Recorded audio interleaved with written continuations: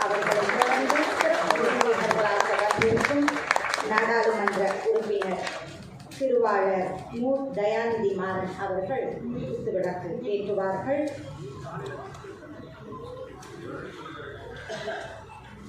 அவர்களை தொடர்ந்து சிறப்பு விருந்தினராக இன்று வருகை தந்திருக்கின்ற சட்டமன்ற உறுப்பினர் திருவாளர் ஐ. பரந்தாமன் அவர்கள் குத்துவிளக்கினை ஏற்றுமாறு அன்புடன் கேட்டுக்கொள்கிறோம். மற்றும் தமிழ்நாடு வனத்துறையை சார்ந்த உயர் அலுவலர்கள்,